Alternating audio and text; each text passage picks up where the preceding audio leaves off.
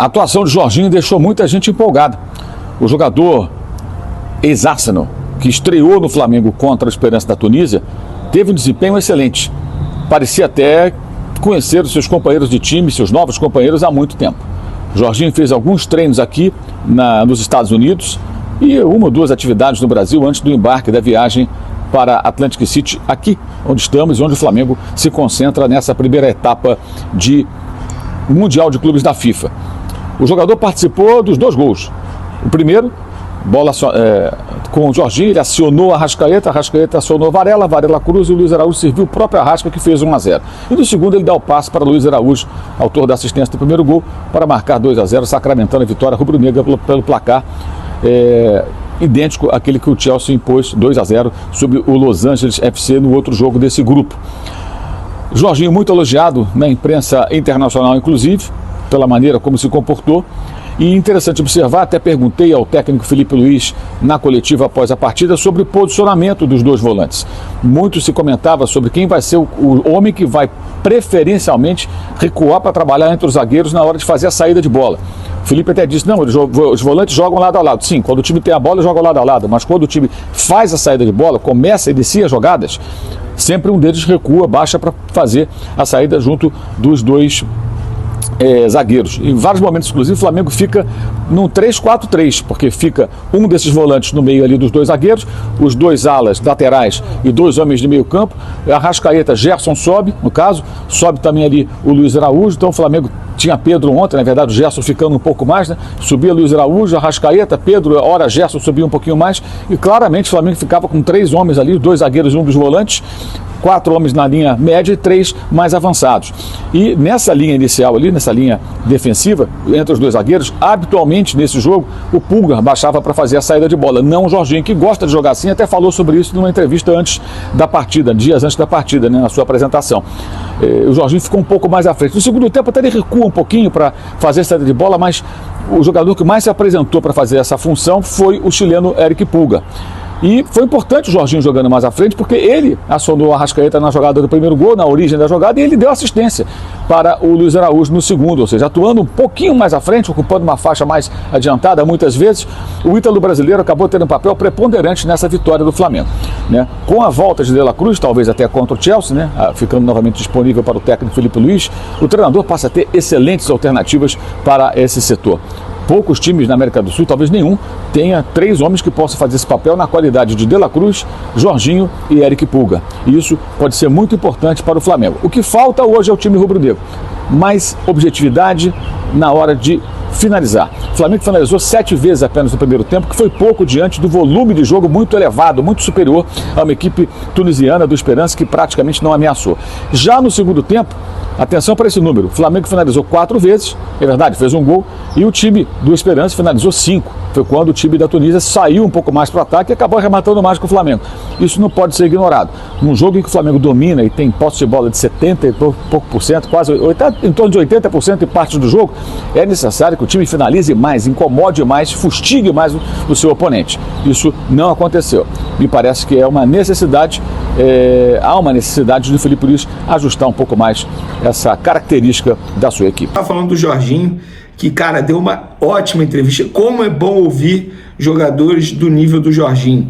Fala bem, não foge das perguntas, pelo contrário, sabe se expressar muito bem, tem um nível intelectual que chama atenção, um conhecimento também sobre futebol que chama atenção.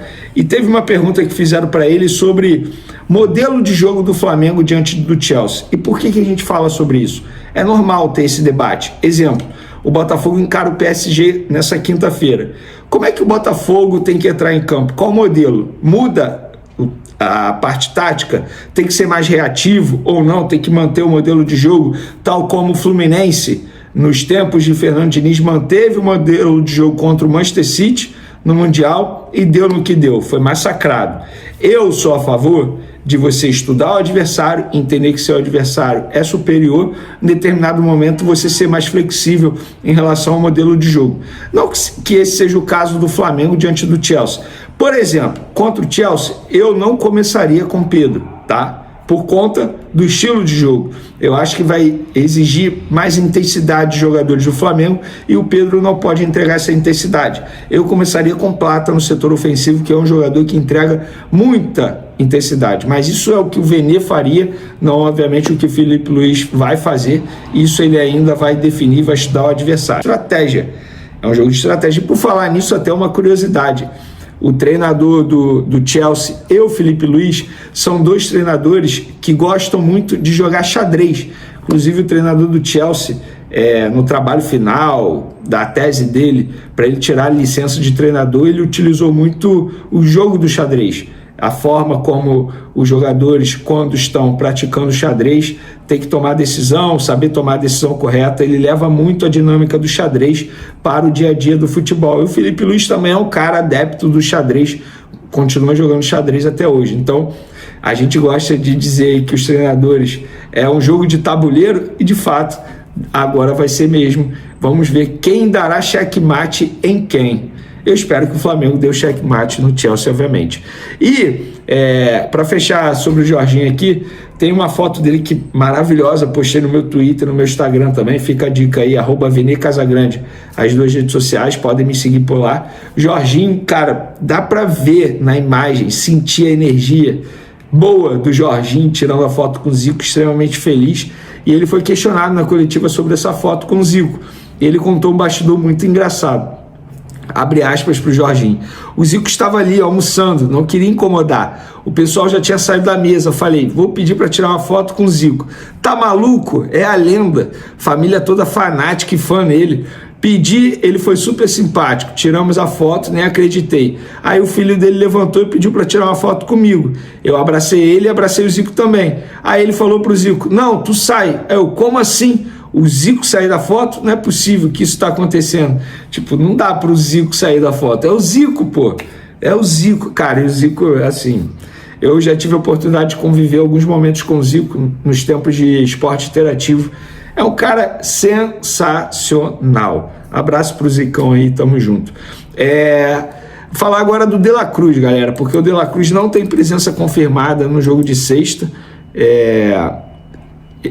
A pessoa me respondeu assim, eu perguntei, isso do De La Cruz fora de novo, procede? A gente vai ver como vai estar no treino, mais difícil para sexta-feira. Galera, por que eu estou trazendo essa rápida informação sobre o De La Cruz? De verdade, custo-benefício vale a pena? Eu começo a questionar, cara. É um jogador que, se pintasse uma proposta aí, eu acho que o Flamengo não deveria fazer o menor esforço para ficar com ele. Eu confesso para vocês que quando o De La Cruz veio, cara, eu fiquei muito animado, porque eu sempre fui muito fã do futebol De La Cruz. Mas, analisando o contexto De La Cruz na Argentina, o contexto De La Cruz no futebol brasileiro, é muito difícil De La Cruz continuar rendendo em alto nível de uma maneira consecutiva como ele fez lá no River Plate, por conta da exigência do calendário do futebol brasileiro. E o De La Cruz é um jogador que já sofreu muito na carreira com problemas sérios, sobretudo no joelho. Então, de verdade, eu sou muito fã do De La Cruz, mas o custo-benefício até o momento não está valendo, até porque o salário dele é um salário alto.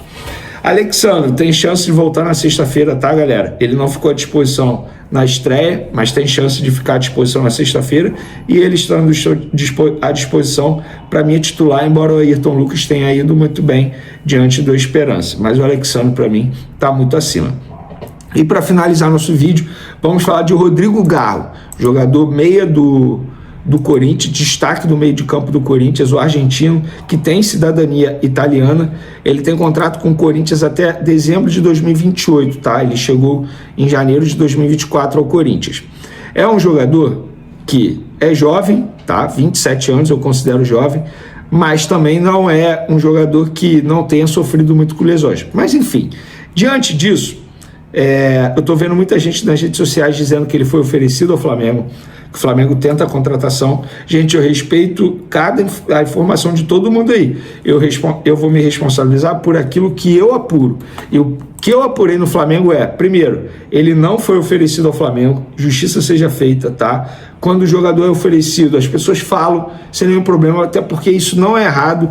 Os empresários, Eles precisam trabalhar para os seus clientes fazendo isso, você oferecer. Você tem uma casa, você está querendo vender sua casa, você oferece para as pessoas. Seu carro, você oferece para as pessoas. Isso é normal. O jogador, ele quer sair do Corinthians? Não sei. Mas se ele quiser sair do Corinthians, os empresários têm que trabalhar dessa maneira, oferecendo para clubes que, teoricamente, precisam de um jogador para essa posição. E o Flamengo precisa de um meia, com as características, do Rodrigo Garro. Mas ele não foi oferecido ao Flamengo e o Flamengo não pensa na contratação desse jogador. Rodrigo Garro, o Flamengo não tem nada. Pelo menos são as que as pessoas estão dizendo lá no Flamengo nesse momento. Então, é isso. O Flamengo está de olho em uma possível repatriação do meia Lucas Paquetá, atualmente no West Ham da Inglaterra. A diretoria rubro-negra enxerga o jogador como substituto ideal para Gerson, que deixou o clube recentemente, e avalia que o atleta tem o perfil técnico e a identidade necessários para assumir o protagonismo no meio-campo da equipe. Segundo informações do portal Coluna do Fla, Paquetá conta com forte aprovação nos bastidores da Gávea. Tanto a diretoria quanto a comissão técnica veem com bons olhos seu retorno. O técnico Felipe Luiz, inclusive, é um dos principais entusiastas da ideia e acredita que o meia se encaixaria com facilidade no estilo de jogo da equipe, oferecendo criatividade, mobilidade e inteligência ao setor de criação. A cúpula de futebol do Flamengo já estuda cenários e alternativas para tentar viabilizar uma investida, mas o futuro do jogador ainda está condicionado ao desfecho de um processo que tramita na Europa, envolvendo diretamente seu nome. A expectativa é que o julgamento avance nos próximos meses, o que pode abrir caminho ou dificultar uma negociação. Paralelamente, o West Ham prepara uma reformulação em seu elenco e já colocou Paquetá na lista de jogadores negociáveis. O clube inglês, que anteriormente fazia exigências altas, agora estaria disposto a liberá-lo por cerca de 35 milhões de euros, aproximadamente 227,8 milhões na cotação atual. Apesar do alto valor, a diretoria do Flamengo monitora a situação e avalia os próximos passos. Agora eu quero saber a opinião de vocês. Paquetá será um bom reforço? Sim ou não? Deixe sua opinião nos comentários, curta o vídeo e se inscreva no canal para acompanhar todas as atualizações do Mengão. Saudações rubro-negras!